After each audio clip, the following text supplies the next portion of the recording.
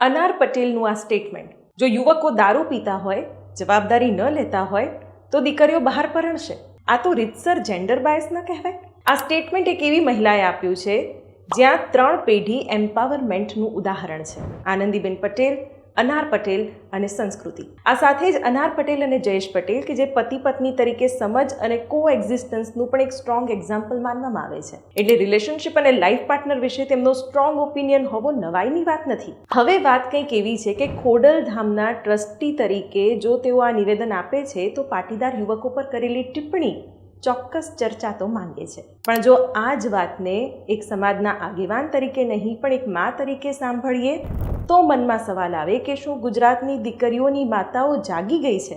કારણ કે ભલે વાત સમાજની થઈ હોય પણ લાગુ દરેક ઘરની દીકરીને પડે છે. એક મેટ્રિમોની રિપોર્ટ મુજબ 2016માં 91% લોકો કાસ્ટ પ્રેફરન્સ રાખતા હતા, જે 2025માં ઘટીને 54% થઈ ગયું છે. ગુજરાતમાં હજી પણ ઇન્ટરકાસ્ટ મેરેજ કોન્ટ્રોવર્સીનું કારણ બને છે. કિંજલ રબારી હોય કે કાજલ મહેરિયા, અથવા તો 2017માં પાટીદાર યુવતીએ જ કરેલા દલિત યુવક સાથેના લગ્ન અને એના પછી જે વિરોધ થયો હતો એ પણ ચર્ચાનો વિષય છે.